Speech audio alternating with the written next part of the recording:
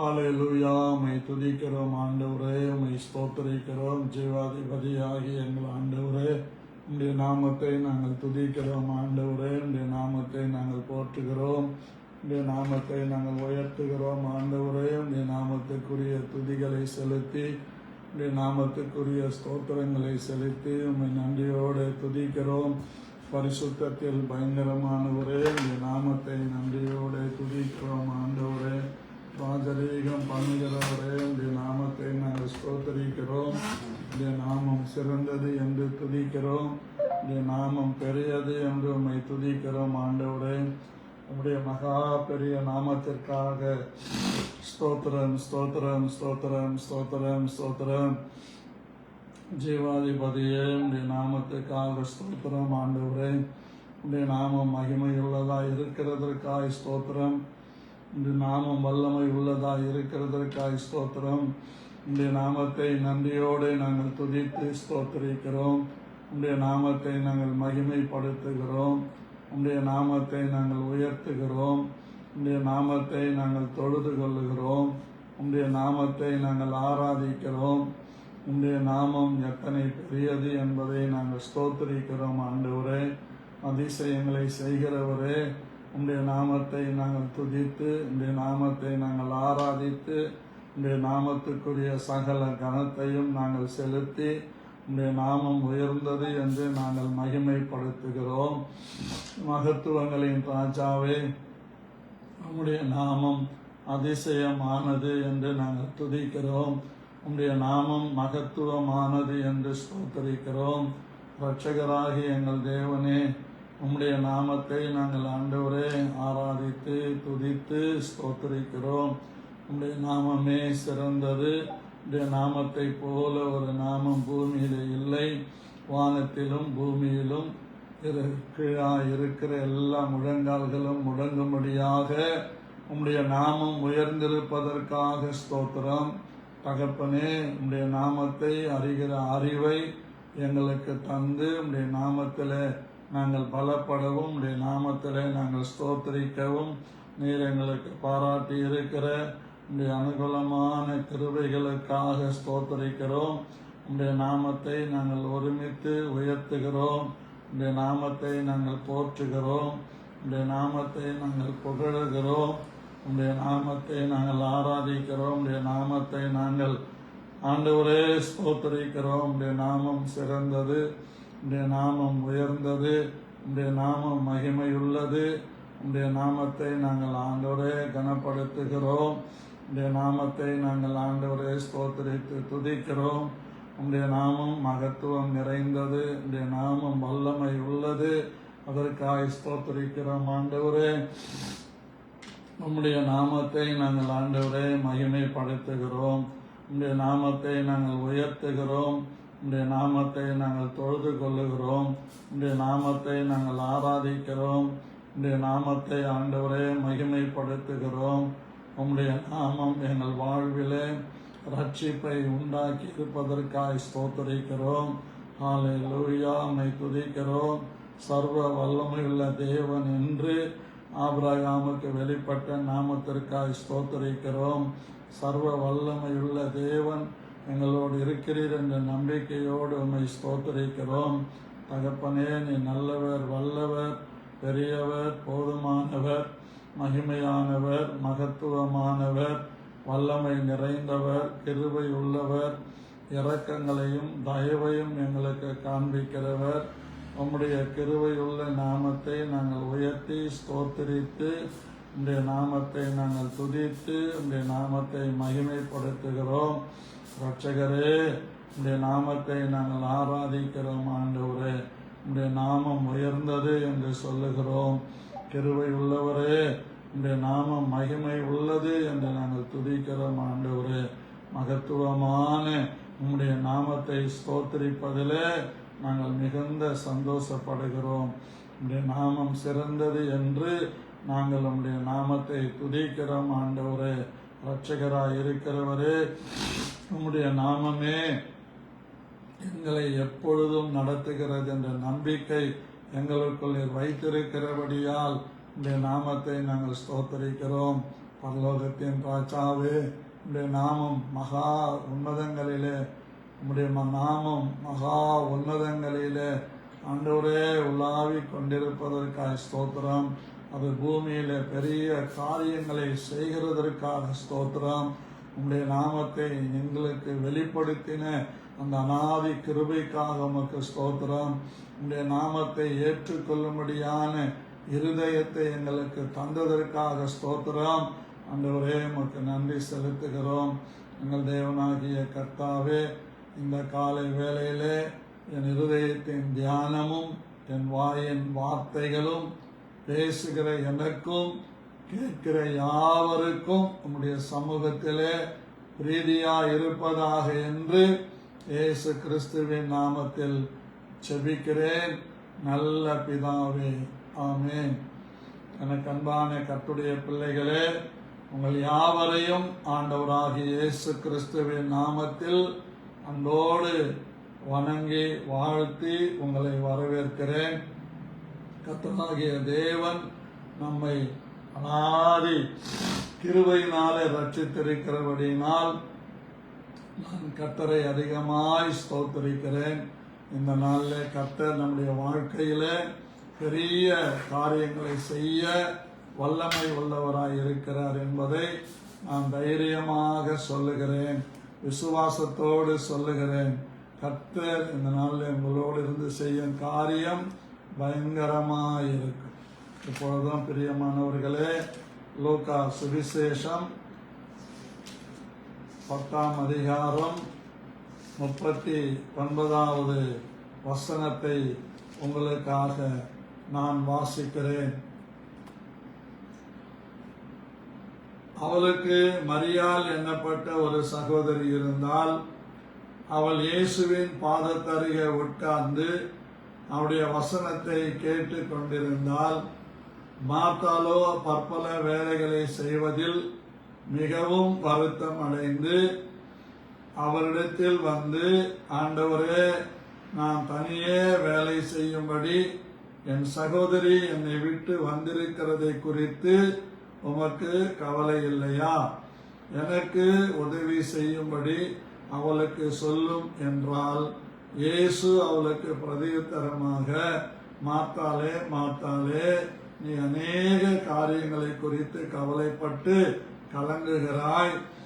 தேவையானது ஒன்று. மரியாள் தன்னை விட்டு எடுபடாத நல்ல பங்கை தெரிந்து கொண்டாள் என்றார். காலவேளை பிரியமானவர்களே, ஆண்டவரை பார்த்து நான் வேதனைப்படுவது, நான் வருத்தப்படுவது உங்களுக்கு கவலை இல்லையா என்று ஆண்டவரை பார்த்து கேட்கிறதை நாம் பார்க்கிறோம். இன்னும் கூட நம்ம அநேகர் ஆண்டவரை பார்த்து அப்படிதான் கேள்வி கேட்டுக்கொண்டிருக்கிறோம். நீங்க எங்களோடு இருந்தா என் பிள்ளைக்கு ஏன் இப்படி ஆகுது? நீர் எங்களோடு இருந்தா எங்க குடும்பத்தில் இதெல்லாம் ஏன் நடக்குது? நீங்க எங்களோடு இருந்தா எங்க வாழ்க்கையில் இப்படியெல்லாம் ஏன் நடக்குது என்று ஆண்டவரை நம்ம கேள்வி கேட்கிறோம். ஆண்டவரை கேள்வி கேட்கறதற்கு நமக்கு எந்த விதமான அதிகாரமும் கொடுக்கப்படவில்லை. இதில் நாம் முதல்ல புரிந்து கொள்ளணும். ஆண்டவரை எப்பவும் கேள்வி கேட்கவே கூடாது. ஆண்டவர் எல்லாத்தையும் நன்மைக்காக தான் அனுமதிக்கிறார் என்பதை நாம் விசுவாசிக்க வேண்டும். யோசேப்பு தன் சகோதரரை பார்த்து சொன்னார், நீங்களோ எனக்கு தீமை செய்தீர்கள், தேவனோ அதை நமக்கு நன்மையாக முடிய பண்ணினார் என்று சொல்லுகிறதை நாம் பார்க்கிறோம். ஆம், தேவன் எல்லாவற்றையும் தீமையை கூட நன்மையாக மாற்றுகிறவர் என்பதிலே நமக்கு எந்த விதமான சந்தேகமும் வேண்டாம். கர்த்தருக்கு மகிமை உண்டாவதாக. அதை நான் வாசித்த போது எனக்கு ரொம்ப ஆச்சரியமா இருந்தது. என்னைக்கு நமக்கு தீமை செய்தவங்களை நம்ம பார்த்தோம் அப்படின்னா அவங்களுக்கு ஏதாவது உடனே ஒரு தீமை நடக்கணும்னு நம்ம எதிர்பார்ப்போம். நமக்கு தீமை செய்தவங்களை ஏதாவது ஒரு தண்டனை அவங்களுக்கு வராதா, ஒரு சிக்ஷை வராதா அப்படின்னு நம்ம நினைப்போம். ஆனால் ஆண்டவர் எப்பவுமே ஒரு மெச்சூரிட்டியான ஒரு ஸ்பிரிட்டை ஆண்டவருக்கு நமக்கு தரணும். ஒரு மெச்சூரிட்டியான ஒரு அபிஷேகம் நமக்குள்ள இருக்கணும். அந்த அபிஷேகம் காலேபுக்குள்ள இருந்தது. காதேஸ் பர்னேயாவிலே போய் எல்லாவற்றையும் பார்த்து விட்டு யோசுவாவும் காலேபும் தங்களுடைய தங்கள் கையில் இருந்த தடியில அந்த நாட்டினுடைய பெரிய திராட்சை கொலை என் உயரத்துக்கு இருக்குன்னு வச்சுக்கோங்களேன். நான் 176 சென்டிமீட்டர் உயரம், அப்படின்னா 5.25 அடி இருக்குதுன்னு வச்சுக்கோங்க. அந்த உயரத்துக்கு ஒரு திராட்சை கொலைய அவங்க தூக்கிட்டு வராங்க. அவங்க 2 கையில இருந்த கோலில் அந்த தடியில மாட்டி தூக்கிட்டு வந்து வைக்கிறாங்க. எல்லாரும் ஜனங்கள்லாம் பயப்படுற மாதிரி, கலங்கி போற மாதிரி செய்தியை கொண்டு வர்றாங்க. ஆனால் காலேபு எழுந்து நின்று கைகளை அமர்த்தி, அது நல்ல தேசம், பாலும் தேனும் ஓடுகிற தேசம், அந்த தேசத்தை நாம் எளிதாக சுதந்தரித்துக் கொள்ளலாம், அந்த தேசத்தை கர்த்தர் நம்முடைய கையிலே ஒப்பு கொடுப்பார் என்று தைரியமாக காலேப் சொன்னார். அதனால்தான் ஆண்டவர் சொன்னாரு, காலேப் வேறே ஆவியை உடையவன். இன்னைக்கு நம்ம எதுக்கெடுத்தாலும் நெகட்டிவாக தான் திங்க் பண்ணுவோம். ஒரு அரசியல்வாதி கூட நெகட்டிவா திங்க் பண்றதில்லை. ஒரு எலெக்ஷன்ல நிக்கிறான்னா எப்படியாவது ஜெயிச்சிருவேன், யார் என்ன சொன்னாலும், எத்தனை கருத்து கணிப்புகள் சொன்னாலும் அவங்க கான்பிடென்டா இருக்கிறாங்க.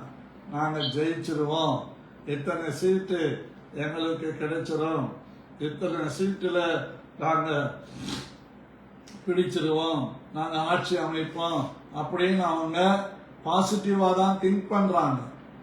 ஆனா கர்த்தருடைய பிள்ளைகளாகி நாம் எப்பவுமே நெகட்டிவா தான் பேசுவோம், பாசிட்டிவா பேசவே மாட்டோம்.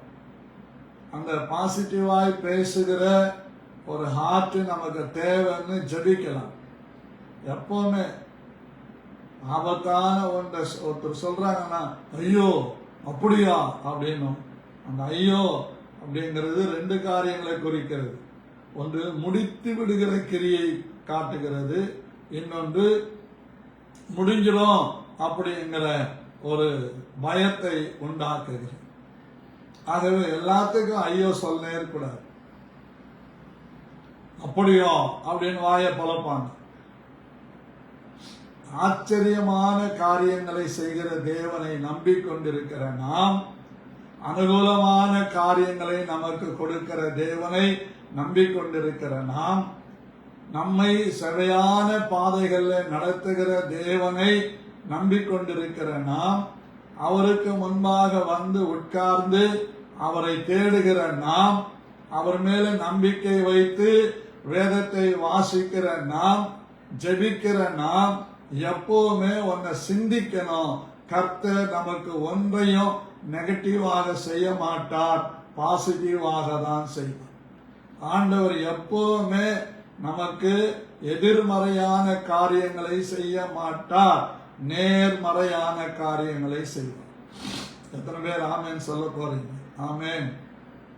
ஆகவே எது நடந்தாலும், நான் அந்த சர்ச்சு பிரதிஷ்டைக்கு முன்னாடி எலெக்ஷன் வந்தது, போட்டு வந்துட்டேன். எங்க மனைவி சொன்னாங்க, எங்க அண்ணனை போய் கூட்டிகிட்டு வாங்க, இந்த வேலையை பாருங்க. இல்லாம அவரே வந்துருவாருன்னு சொன்ன, கேட்கல. போய் கூட்டிக்கிட்டு வர்றதுக்கு நான் போனேன். போகும்போது அந்த கோயில்கிட்ட நின்று கிராஸ் பண்ணி நின்னேன். நான் 2 பேரு எங்கிருந்து வந்தாங்கன்னு தெரியாது, அவ்வளோ ஸ்பீடா வந்து என்னுடைய பைக்கினுடைய பின்வீல்ல தட்டிட்டாங்க. நிலைகுலைந்து நான் கீழே விழுந்தேன். கூட பார்த்தீங்கன்னா என்னுடைய வலது கை, புரியுற மாதிரி சொல்றேன், என்னுடைய சோற்றாங்கை ரைட் ஹேண்ட் அப்படியே அந்த எலும்புல இருந்து, அந்த ஷோல்டர் எலும்புல இருந்து உடைஞ்சு அப்படி கீழே போயிடுச்சு. வலி தாங்க முடியல. எங்கள் மச்சன பையன் வந்து என்னை தூக்கி விட்டு, வண்டியை தூக்கி விட்டு, வண்டியை இன்னொருத்தங்கிட்ட கொடுத்து என்னை கூட்டிக்கிட்டு நேராக டாக்டர்கிட்ட அனுப்பிச்சிட்டேன். நீங்கள் போங்கம்மா, நான் பார்த்துக்கிறேன். அதுக்கு பின்னாடி வந்தவங்க ஏதோ பண்ணியிருக்கிறாங்க. நான் தெளிவாக சொல்லிட்டேன், இவங்க தப்பு தான் அது. அதில் ஒருத்தனுக்கு மண்டை உடைஞ்சு அவனை கொண்டு போய் எஸ்ஆர்எம் ஹாஸ்பிட்டலில் சேர்த்தாங்க. என்னை கூட்டிக்கிட்டு போய் டாக்டர்கிட்ட காட்டும் போது டாக்டர் தொட்டு பார்த்து ஷோல்டர் இறங்கி இருக்குது, அது ஆப்ரேஷன் பண்ணாங்க. செங்கல்பட்டு கவர்மெண்ட் ஹாஸ்பிட்டலுக்கு போனேன். அங்கே இருக்கிற எலும்பு முறிவு டாக்டர் சொல்லிட்டாரு, 40,000 ரூபாய் கொடுங்க, நான் ஆப்ரேஷன் பண்ணுறேன். அங்கே காணிகராய் சொன்னார், பக்கத்தில் ஒரு டாக்டர் இருக்கிறாரு, பிரைவேட் டாக்டர், அவர்கிட்ட போங்கன்னார். அவர்கிட்ட போனேன். அவர் சொன்னார், ஆமாம், இது வெளில ப்ரைவேட்டில் பண்ணால் 1.5 லட்சம் ரூபாய் ஆகும், கவர்மெண்ட்டில் அவங்க கேட்குறாங்கன்னா அது கொடுத்துட்டு பண்ணிக்கலாமே அப்படின்னாரு. நான் அந்த டாக்டரை கேட்டேன், அதை ஸ்க்ரூ பண்ணுவாங்க, சரி ஸ்க்ரூ பண்ண பிறகு மறுபடியும் விழுந்தானா உடையாது இருக்குமான்னு கேட்டேன். அதுக்கு நான் கேரண்டி கிடையாதுன்னு சொன்னேன். அப்போ தான் எல்லாத்தையும் அந்த டாக்டர்கிட்ட சொன்னேன், சார் கண்டிப்பாக பண்ணியான். நான் சொன்னேன், கர்த்தர் இதை நன்மைக்காக அனுமதிச்சிருக்கிறார். நாங்கள் இவ்வளோ பெரிய அடிபட்டுக்குது, அப்போ கூட கர்த்தர் நன்மைக்காக அனுமதிச்சிருக்கிறார். உண்மையாகவே கர்த்தர் அதை நன்மைக்காக தான் அனுமதித்தார். அந்த வலியோட தான் நான் பாம்பேல போய் 3 நாட்கள் கன்வென்ஷனில் பேசினேன். அந்த பிரசங்கம் அந்த நேரத்தில் வலியே இருக்காது. முடிச்சுட்டு ரூமுக்கு வந்தவொடனே அந்த வலி வலிக்கும். அப்போ 4வது நாள் இரவு கண்ணீரோட ஜெபம் பண்ணும்போது, அப்போ எனக்குள்ளே இருந்து தென்னை மரக்குடி எண்ணெய், தென்னை மரக்குடி எண்ணெய்ன்னு சத்தம் வந்தது. வீட்டுக்கு உடனே காலைல ஃபோன் பண்ணேன். அந்த நேரத்தில் நம்ம ரேணுகா வந்திருந்தாங்க. அப்போ சொன்னாங்க, ஆமாங்க ஆண்டி, தென்னை மரக்குடி எண்ணெய் தேய்ச்சி தான் எங்கள் அப்பா கால் 2 உடஞ்சி போன காலை கூடிடுச்சு அப்படின்னு. உடனே அந்த பிள்ளை தமிழ்நாட்டுக்கு வந்த பிறகு அந்த பிள்ளை வந்து காலையில் சாயங்காலம் அந்த தென்னை மரக்குடி எண்ணெயை தேய்ச்சி ஒத்தரம் கொடுத்துட்டு போச்சு. 10 நாள் 1 வீக் செஞ்சா 10 நாளைக்கெல்லாம் அந்த வலியே இல்லை. இன்னைய வரைக்கும் அந்த வலி இல்லை.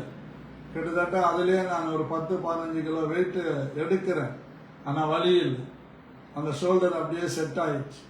எதுக்கு சொல்ல வரேன்னா, நமக்கு எப்பவுமே பிசாசு நெகட்டிவான திங்கிங்கை கொடுப்பான், நெகட்டிவான காரியங்களையே பேசுவான், நெகட்டிவான காரியங்களையே யோசிக்க வைப்பான், நெகட்டிவான காரியங்களையே நம்ம வாழ்க்கைய கூனி குறுகி போக பண்ணுவான்.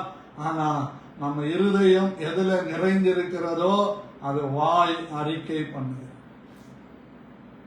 நெகட்டிவா நம்ம எப்பவுமே யோசிக்க கூடாது. சகலத்தையும் நன்மைக்கு ஏதுவாய் செய்கிறது. நீங்கெல்லாம் எடுத்து வாசிங்க. ரோமருக்கு எழுதின நிருபம் 8ஆம் அதிகாரம் 28வது வசனம் எடுத்திருந்தீங்கன்னா இப்ப படிங்க பாருங்க. யாராவது எடுத்திருக்கிறீங்களா? ரோமர் 8ஆம் அதிகாரம் 28வது வசனம். ஸ்தோத்திரம்.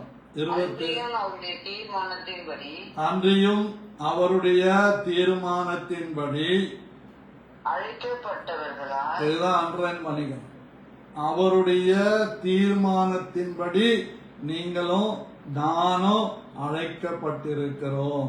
அன்றியும் அவருடைய தேவனிடத்தில் அன்பு கூறுகிறவர்களுக்கு சகலமும் நன்மைக்கு ஏதுவாக நடக்கிறது என்று சகலமும், ஒன்னு நடக்குது ஒன்னு நடக்கல இல்ல, சகலமும், எவ்ரிதிங் இஸ் குட். சகல காரியங்களும் நன்மையாகவே நடக்கிறது. இதுல எந்த விதமான சந்தேகமும் நம்ம அடைய வேண்டிய அவசியமே இல்லை.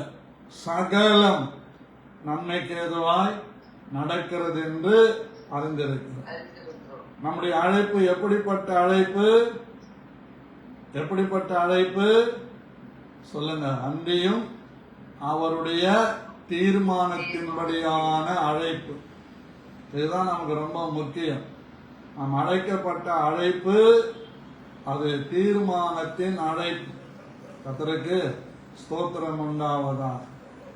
அவருடைய தீர்மானத்தின்படி நாம் அழைக்கப்பட்டிருக்கிறோம். தீர்மானம் இல்லாம ஒருத்தரையும் ஆண்டவர் அழைக்கிறதே இல்லை. கர்த்தருக்கு ஸ்தோத்திரம். ஆகவே அவருடைய தீர்மானத்தின்படி அழைக்கப்பட்ட நமக்கு ஒரு நாளும் ஒரு தீமையும் நடக்காது என்பதை நம்ம உறுதிப்படுத்திக் கொள்ளணும். ஆமென் சொல்லுவீங்களா? மகிழ்ச்சியா சொல்லுவீங்களா? உற்சாகமா சொல்லுவீங்களா? அந்த 27வது வசனம் பாருங்க.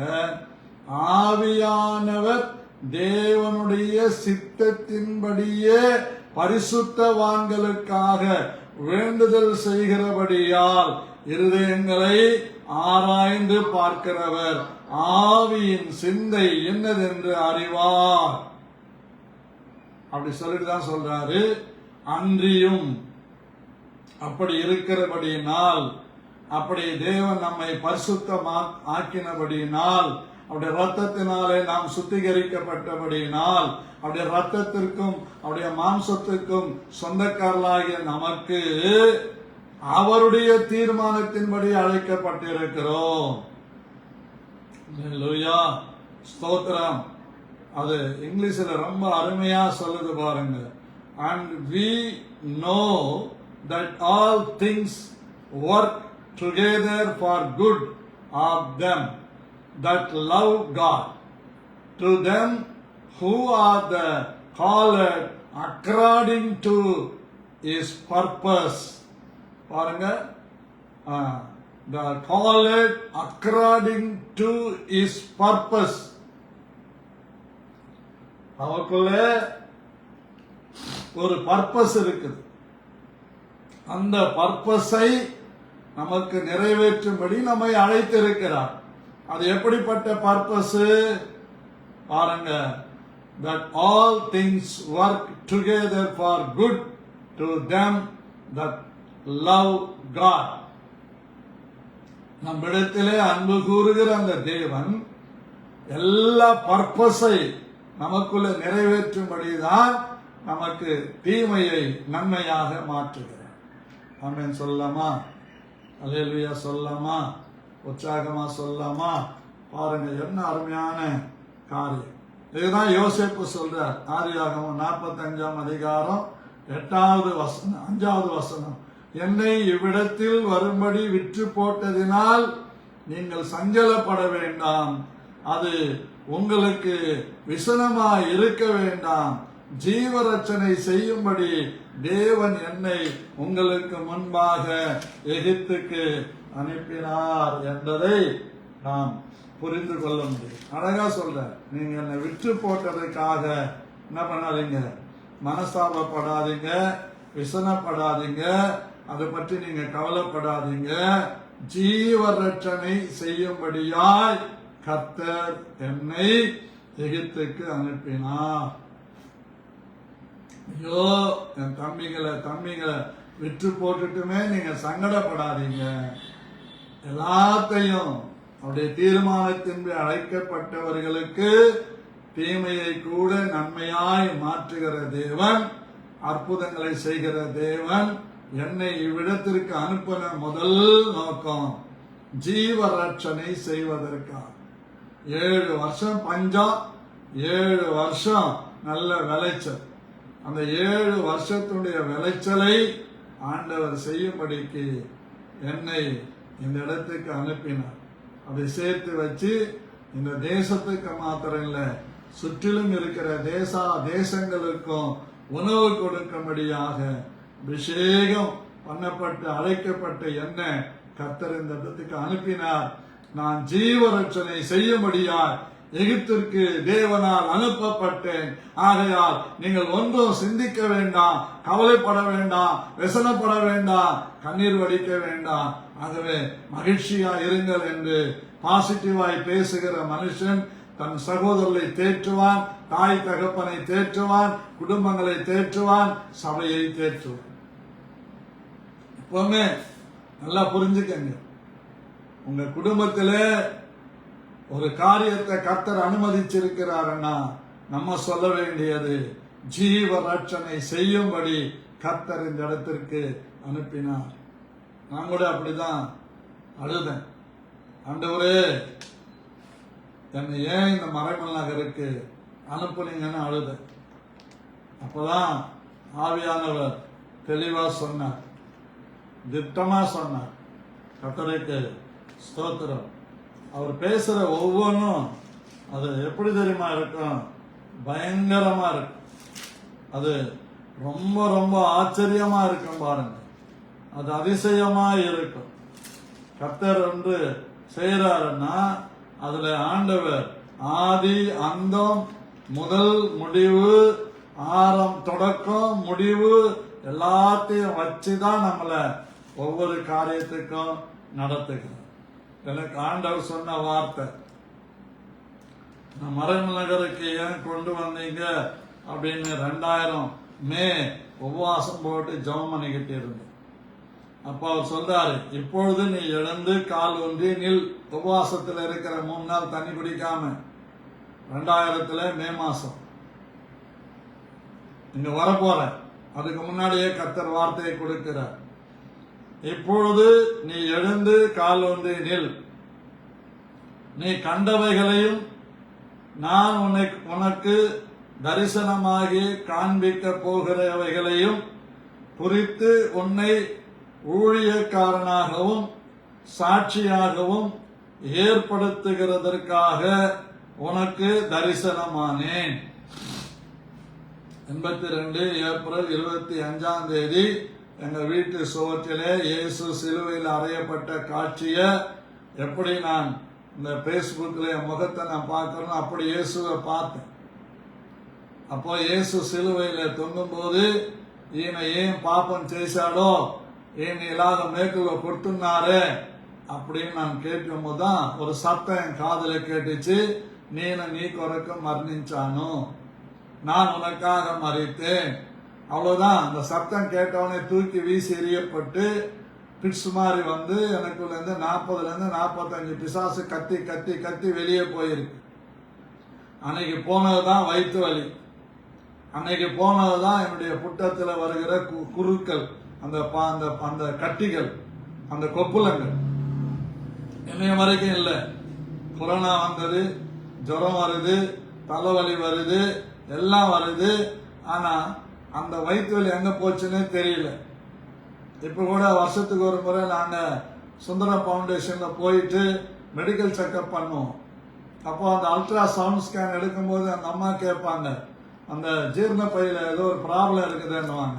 அது இயேசு கிறிஸ்து வச்ச ப்ராப்ளம், அத ஆண்டவர் எனக்கு கோல்டு மெடலா வச்சிருக்கிறாரு, எனக்கு கொழுப்பு டைப் அடிக்காதபடிக்கு.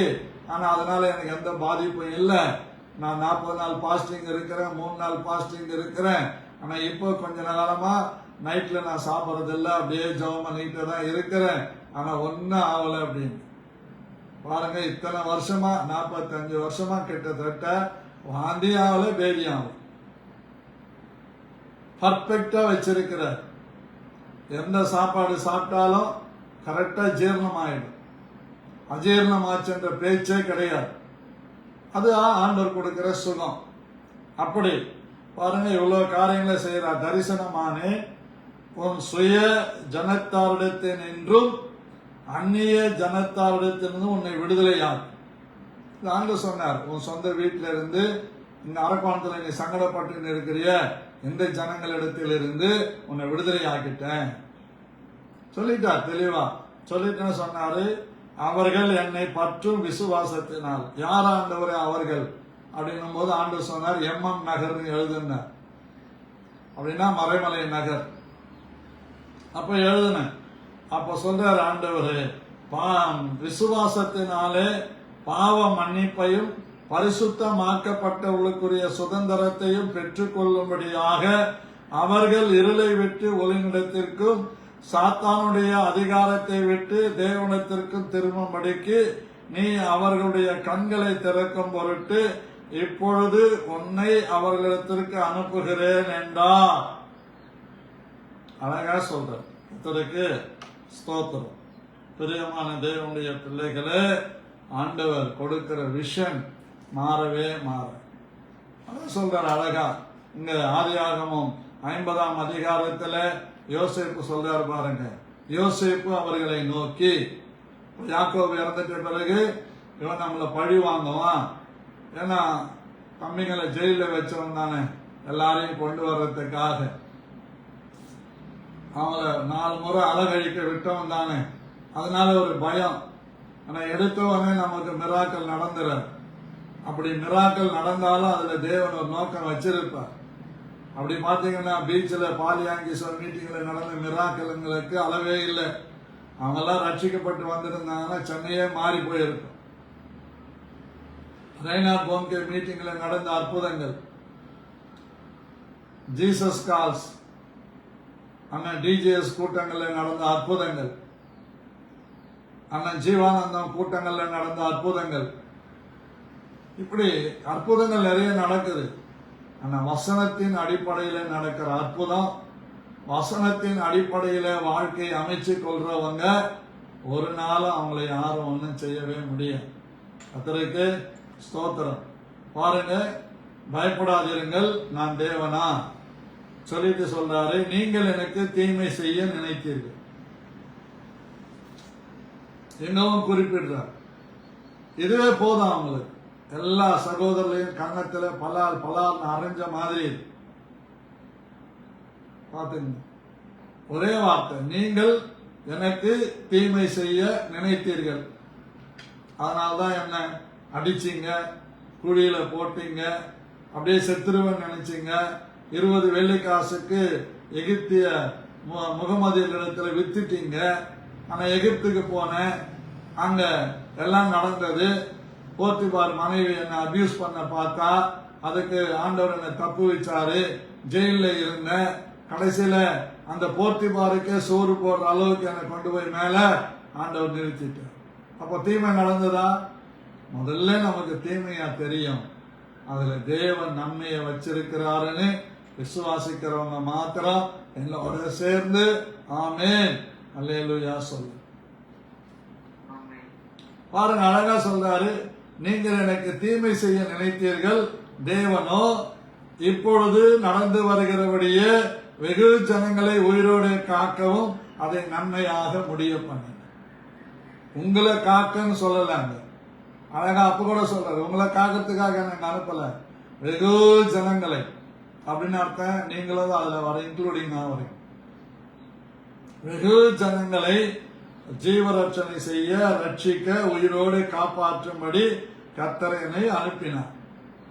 ஆதலால் நீங்கள் பயப்படாதிருங்கள், நான் உங்களையும் உங்கள் குழந்தைகளையும் பராமரிப்பேன் என்று அவர்களுக்கு ஆறுதல் சொல்லி அவர்களோட பட்சமாய் பேசினார்.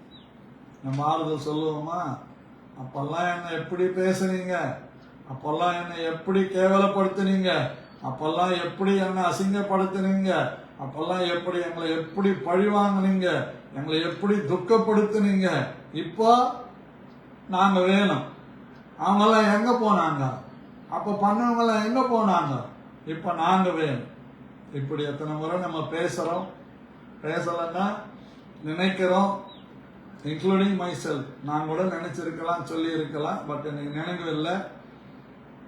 எப்பவுமே எனக்கு ஒன்று தெரியுங்க, யார் கேட்டாலும் சொல்லுவேன், 1000, 2000, 10,000 என்னால் தர முடியும்.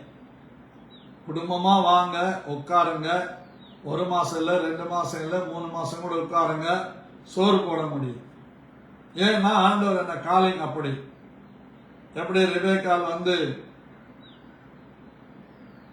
எலியாசாருக்கு சொன்னான், உனக்கும் வார்ப்பேன், உன் ஒட்டகங்களுக்கும் வார்ப்பேன். நான் ஊழியத்துக்கு வரும்போது ஆண்டவர்கிட்ட கேட்டேன், என்னை கூப்பிடுறீங்களே, நான் வந்துட்டேன்னா எனக்கு எப்படி? அப்ப ஆண்டவர் சொன்னார், உனக்கும் வார்ப்பேன், உன் ஒட்டகங்களுக்கும் வார்ப்பேன், சேர்த்து வைப்பேன்னு சொல்லல. ஆமா, எவ்வளவு பேர் வர்றாங்க போறாங்க, அத்தனை பேருக்கும் ஆண்டவர் கொடுத்துன்னு தான் இருக்கிறார். கர்த்தருக்கு மகிமை உண்டாகும். நான் எந்த கம்பெனில போய் மேனேஜராவோ HR-ஆவோ என் படிப்புக்கு ஒன்றும் கிடைக்காது. அப்படி பிரியமானவர்களே, தேவன் நம்மை உயர்த்த உயர்த்த நமக்கு கீழா இருக்கிறவங்களுக்கு உதவி செய்கிற மனப்பக்குவம் நமக்கு வேணும். ஆண்டவரை கேள்வி கேட்டு இருக்கக்கூடாது. என்னை பற்றி உங்களுக்கு கொஞ்சமாவது கவலை இல்லையா?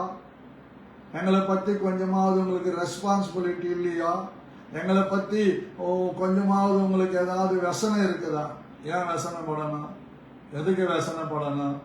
உன் முட்டியில் இருக்குது பவரு, உன் கண்ணில் இருக்குது தில்லு. ஹலோ, உங்க முட்டியில் இருக்குதுங்க பவரு, உங்க கண்ணில் இருக்குதுங்க தில்லு. நீ முழங்கால் படியிட்டு மனம் கசந்து நீ வடிக்கிற ஒவ்வொரு சொட்டு கண்ணீரும் that is one of the fire. The fire break through all the rocks. பெரிய பெரிய எல்லா பாறைகளையும் உடைக்கிற கண்ணீரின் சக்தி உங்க கண்கள்ல கர்த்தர் கொடுத்திருக்கு, முழங்கால கொடுத்திருக்கு. முழங்காலை முடக்கி நீ ஜெபித்தால் எந்த காரியத்திலேயும் உனக்கு தோல்வி இல்லை. தோல்வி என்பதே இல்லை. நிறைய பேரை பார்க்கிறேன், இந்த ராபோஜன் தண்ணிக்கு தான் முழங்கால் படி எடுத்துங்க. மற்ற நேரத்துல எல்லாம் அப்படியே சேர்ல உட்காந்துங்கன்னு ஏதோ வயசானவங்க முடியாதுன்னு ஓகே. சின்ன பிள்ளைங்க கூட சேர்ல உட்காந்துக்கிட்டு முட்டி போடாம ஆராதனை என்ன அப்படியே முழங்கால நிக்கணும் முடிகிற வரைக்கும். சரி, இப்படிதான் உட்கார்ந்து இருப்பாங்களே, நிக்க வச்சாவது நடத்தலான்னு பார்த்தா 10 நிமிஷத்துக்கு மேல நிக்க முடியல, கால் வலி. அப்ப எப்படிதான்? அதனாலதான் கர்த்தர் உங்களை கொண்டு போய் கம்பெனியில உட்காரத்துக்கு சீட்டு கூட கொடுக்காம மணிக்கணக்கா நிக்க வைக்கிறான். சபையில நின்று ஆராதனை பண்ணீங்கன்னா கர்த்தர் கம்பெனியில உனக்கு சேர் கொடுத்து உட்கார வைப்பார். உட்கார்ந்துனா வேலை செய்ய முடியும்.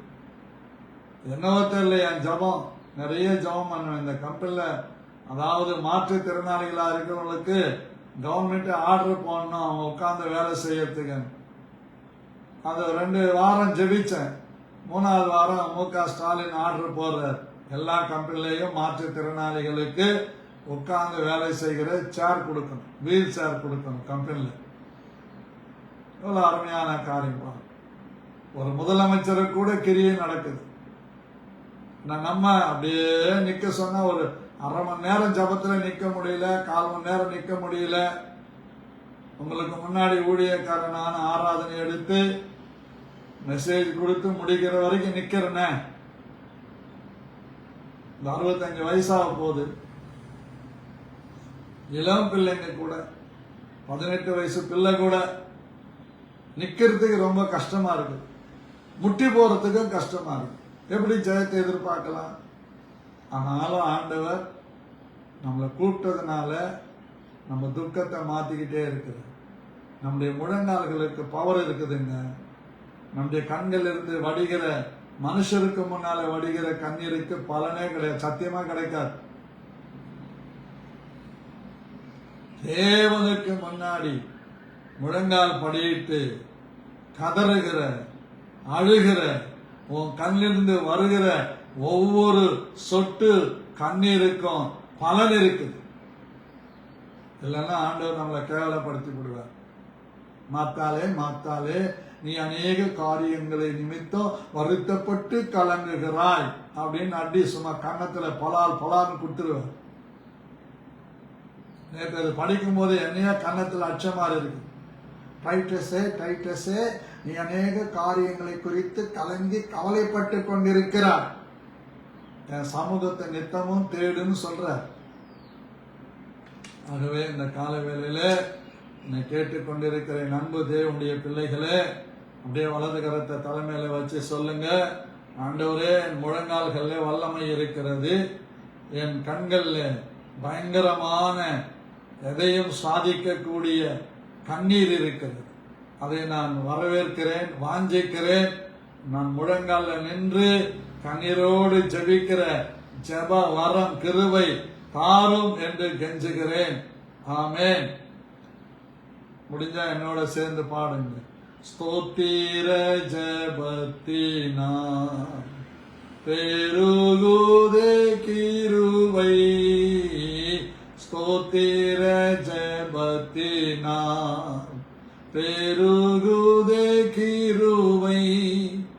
ஆத்தும பாரம் கண்ணீரோடே அனுதினம் நான் வேண்டிடவே. ஆத்தும பாரம் கண்ணீரோடே அனுதினமும் நான் வேண்டிடவே. ஜெபவரம் கிருபை தாருமே. ஜெபவரம் கிருபை தாருமே. தம் கிருபை பெரிதல்லோ என் ஜீவனிலோ மதே. இன்னும் தேவை கிருபை தாருமே.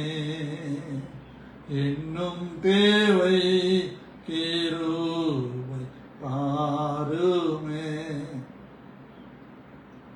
உண்மையா சொல்றேங்க, நான் ரட்சிக்கப்பட்ட நாளில் இருந்து இந்த நிமிடம் வரைக்கும் என்னுடைய குடும்ப தேவைகளுக்காக நான் கண்ணீர் விட்டவனே இல்லை. என் பிள்ளைங்க சிக்கா இருக்கிறாங்கன்னு ஒரு நாள் நான் கண்ணீர் விட்டதில்லை. வேணா எங்க பாஸ்டம்மாவை கேளு, அவ தான் கொன்ன பிடிச்சிக்கிட்டு அழுதுட்டு கிடப்பான். இப்படி ஆயிடுச்சு அப்படி ஆயிடுச்சு. ஒரு நாள் அதற்காக நான் அழமாட்டேன். ஏன் இதை அனுமதித்தீர் என்று ஆண்டவரை கேள்வி கேட்க மாட்டேன். ஒரு நாள் கேட்டுட்டேன், இந்த கீழே விழுந்து எலும்பு உடைஞ்சப்பதான் கேட்டேன், ஆண்டவரே ஏன் எனக்கு இதை அனுமதிச்சு? அப்பதான் சொல்றார், நன்மைக்கு எதுவாக இந்த வசனத்தை வச்சிடும். ஆகவே கண்ணீர் வடிக்குது, ஆத்தும பாரத்தோட கண்ணீரோட செபிக்கணும். எத்தனையோ பேர், நூற்றுக்கணக்கான ஆயிரக்கணக்கான ஜனங்க செத்துக்கொண்டே இருக்கிறார். அதுக்காக நாம் கண்ணீர் வடிக்கணும். விபத்துல மறித்து போறாங்க, யுத்தத்துல மறித்து போறாங்க. இப்படிப்பட்ட ஜனங்களுக்காக நம்முடைய கண்கள்ல கண்ணீர் வரும். ஒரு புடி சோத்துக்காக கண்ணீர் வடிக்காது. ஒரு பொட்டரிச்சு போகிற உடைக்காக கண்ணீர் வடிக்காது. நீ சிக்கல்ல போய் சிக்கிக்கிட்ட கடன் பட்டு தவிக்கிற அதுக்காக கண்ணீர் வடிக்காது. உன் கண்ணீர் ஆக்கப்பூர்வமானதா இருக்கணும். சில நேரங்களில் நீங்க உட்கார்ந்து இருப்பீங்க, உங்களை அறியாம உங்க மனம் ஒரு மாறு அடைஞ்சு, உங்க மனம் ஏதோ ஒரு அழுத்தம், ஏதோ ஒரு பலு உள்ளத்தில் இருக்கிற மாதிரியே தெரியும். அந்த இடத்துல, அந்த நேரத்தில் உன் கண்கள் இருந்து கண்ணீர் முத்து முத்தா முத்து முத்தா சிந்துது பாருங்க. அந்த கண்ணீரை அப்பா அப்படியே வந்து துருத்தியில பிடிச்சுக்கிற. முழங்கால் படியில நீங்க அதுக்காக உட்காரல, ஏதோ ஒரு பாரம், ஏதோ ஒரு வேதனை உன்னை அழுத்தி உன் கண்ணில் இருந்து வருகிற அந்த கண்ணீரை, எப்பா என்னை ரட்சித்த அப்பா, உங்களுக்காக எனக்காக சிலுவையில பலியான அந்த அப்பா நம்முடைய தூதர்களை அனுப்பி இந்த துருத்தியில நம்ம கண்ணீரை அப்படியே பிடிச்சுக்கிற.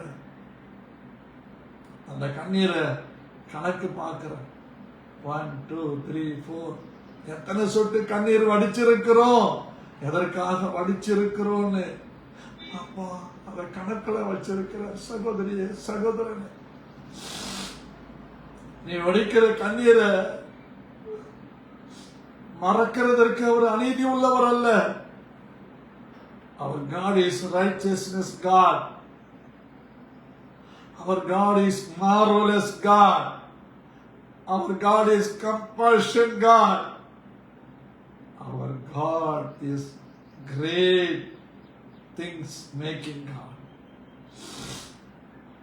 அவரு அந்த கண்ணீரெல்லாம் அப்படியே துருத்தியில வைக்கிறார்.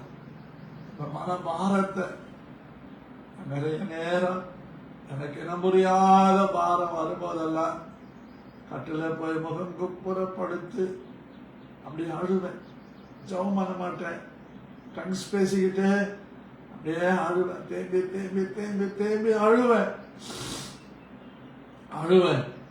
ஆண்டவர் இந்த ஜபத்தை கேட்கிறார், கண்ணீரை காண்கிறார். அவருடைய அன்பு கரங்களாலே மகளே நீ ஏன் கலங்குகிறாய், ஏன் தேங்குகிறாய்? Yes, I will do great things for yourself. நான் உனக்கு பெரிய காரியங்களை செய்யறேன் அப்படின்னு இந்த காலவேளை சொல்றேன்.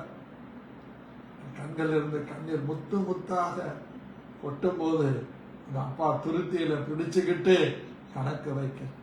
இனி ஆண்டவரை கேள்வி கேட்காத சகோதரி, ஆண்டவரை கேள்வி கேட்காத சகோதரா, ஆண்டவரை கேள்வி கேட்காத ஊழியக்காரனே, கண்ணீரை பார்க்கிற மனபாரம் அடைஞ்சு நான் நிறைய முறை பார்த்திருக்கிறேன். நிறையாத ஒரு பாரம் வந்து அப்படியே கண்ணீர் சிந்து. இந்த பில்டிங் கட்டும் போது கூட தேவைகளுக்காக நான் அழுததே இல்லை. எதிரில் அந்த வேப்ப மரத்தின் கீழே உட்காந்து சேர்ல உட்காந்து ஆண்டவரே என்ன மாதிரி எத்தனை ஊழியக்காரங்க சபை இல்லாம வாடகை வீட்டுல உட்காந்து வாடகைக்காரங்கிட்ட திட்டு வாங்கிட்டு அக்கம் பக்கத்துல உள்ளவங்கிட்ட எல்லாம் வேதனைப்பட்டுக்கிட்டு இருக்கிறார். இப்படிப்பட்ட ஊழியக்காரங்களுக்கெல்லாம் நல்ல சபைகளை கட்டி கொடுங்கன்னு அழுவேன். ஏன்னா சீவரட்சணை செய்யும்படியாக என்ன இந்த மறைமல் நகருக்கு அனுப்பி இருக்கிறார் நான் விசுவாசிக்கிறேன். நீங்களும் இனிமே உங்க தேவைகளுக்காக கண்ணீர் வடிக்காதீங்க. உங்களுடைய சொந்த நலனை நிறைவேற்ற கண்ணீர் வடிக்காதீங்க. புருஷன் இது சொன்னா அது சொன்னான்னு கண்ணீர் வடிக்காதீங்க. மனைவி ஏசிட்டா அப்படின்னா கண்ணீர் வடிக்காதீங்க. கண்ணீர்ல நியாயம் இருக்குமானால் நிச்சயமாக பதில் வரும். எப்படிப்பட்ட பதில்? ஒரு சூப்பர் நேச்சர் பதில் வரும். Yes. Always answer. That answer is supernatural power. இயற்கைக்கு அப்பாற்பட்ட அற்புதங்கள் நடக்கும். ஏன் இதை அனுமதிச்சீங்கன்னு யாரையும் கேட்காதீங்க, யாருக்கிட்டையும் சொல்லாதீங்க. மனுஷக்கிட்ட போய் நின்று அழுகிறத நிறுத்துங்க பிரியமானவர்களே. முழங்கால நில்லுங்க. உங்க பாரம் அப்படியே ஐஸ் கட்டி உருகிற மாதிரி உருகி கண்கள் வழியாய் வரும். கர்த்தர் துருத்தியில பிடித்து கொள்ளுவார். கணக்கு போட்டு கரெக்டான நேரத்தில் கர்த்தர் காரியங்களை கைகுடி வர பண்ணுவார். என்னோட கூட ஆமேன் சொன்னீங்கன்னா ரொம்ப நல்லது. ஆமேன். அல்லேலூயா. கர்த்தர் உங்களை ஆசீர்வதிப்பார். உங்கள் வாழ்க்கையில பெரிய காரியங்கள் நடக்கும். நாளை மற்றொரு காரியத்தை